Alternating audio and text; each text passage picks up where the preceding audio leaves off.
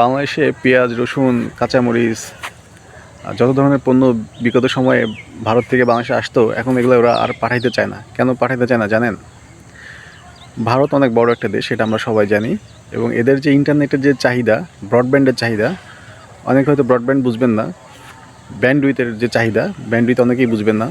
So এটা মূলত হচ্ছে ইন্টারনেটের যে চাহিদা, সেই অনুযায়ী ওদের এত ইন্টারনেট নেই। সেই ক্ষেত্রে ওরা যেটা করে সেটা হচ্ছে ওদের ভারতের আশেপাশে যে দেশগুলো আছে, যেমন ভুটান, নেপাল, বাংলাদেশ, এরকম দেশ থেকে ওরা ব্যান্ডউইথ কিনে, মানে ইন্টারনেট কিনে নেয়, নামমাত্র দাম দিয়ে কিনে তারা দেশের চাহিদা মিটায়। এখন যে প্রবলেমটা হচ্ছে সেটা হচ্ছে যে আমরা জানি সেভেন সিস্টারটা, ভারতের যে সেভেন সিস্টার, সেটা বাংলাদেশের দেয়াল ঘেঁষে আর কি চলে গেছে। এখন সেই সেভেন সিস্টারে ব্যান্ডউইথ দরকার, অর্থাৎ ইন্টারনেট দরকার, কিন্তু এই ইন্টারনেটটা ইন্ডিয়া থেকে কাভারেজ করতে পারতেছে না। এর জন্য ডক্টর ইউনূসকে বলেছিল যে তোমরা আমাদেরকে ব্যান্ডউইথ দাও, আমরা সেভেন সিস্টারকে ইন্টারনেটের আওতায় আনতে চাই, পুরোপুরি আনতে চাই, বা ওইখানকার সেভেন সিস্টারের যে চাহিদা, সেই চাহিদা অনুযায়ী আমি ব্যান্ডউইথ এখানে দিতে চাই।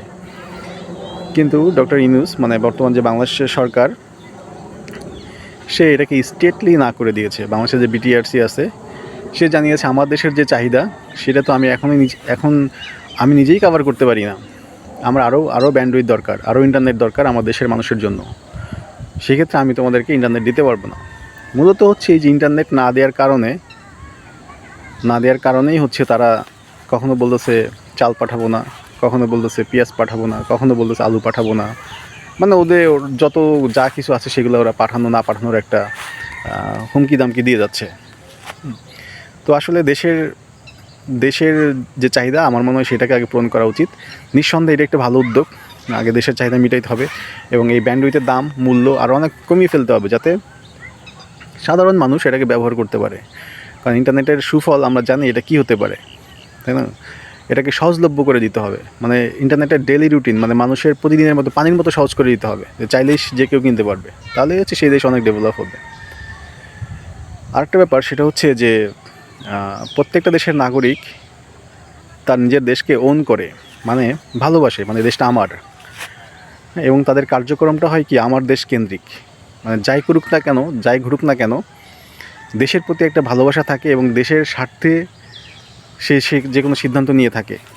কিন্তু দুঃখজনক ব্যাপার, আমাদের বাংলাদেশে এখনও অনেক বড় একটা জনগোষ্ঠী আছে যারা বাংলাদেশের নাগরিক হয়ে, বাংলাদেশে জন্মগ্রহণ করেও তারা ভারতকে ওন করে। তারা সবসময় ভারতের পক্ষেই কথা বলে। যদি কখনো বাংলাদেশের উপরে তারা অন্যায় চাপিয়ে দেয়, বাংলাদেশকে ঠকাতে চায়, তারপরেও তারা কেন জানি ভারতের পক্ষেই থেকে যায়, ভারতকে ওন করে। আমি ঠিক জানি না এরা কেন এমন করে। অথচ দেখবেন ভারত যারা আছে, ভারতের যে জনগণ আছে, ভারতের যে অধিবাসীরা আছে, ওরা কিন্তু কখনোই নিজের দেশের স্বার্থ ছাড়া একটা পাও ফেলে না। নিজের দেশের মানে দেশকে ভালোবাসার জন্য সে অন্য দেশের পক্ষে কখনোই যায় না। কিন্তু আমাদের দেশের একটা বড় অংশই হচ্ছে ভারতকে মনে মনে ওন করে। ধন্যবাদ সবাইকে।